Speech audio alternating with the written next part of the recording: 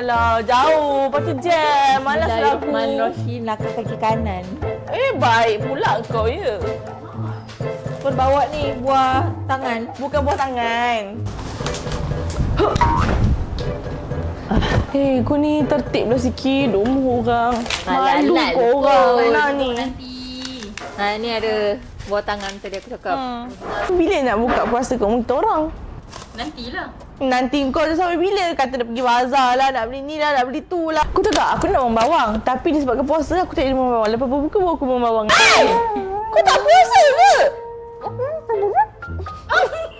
Kau ada uzur sampai ni sebulan dah habis puasa dah ni.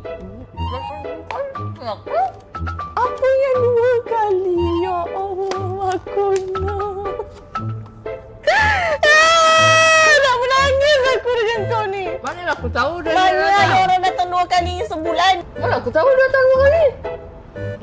Sekejap, ada tepi.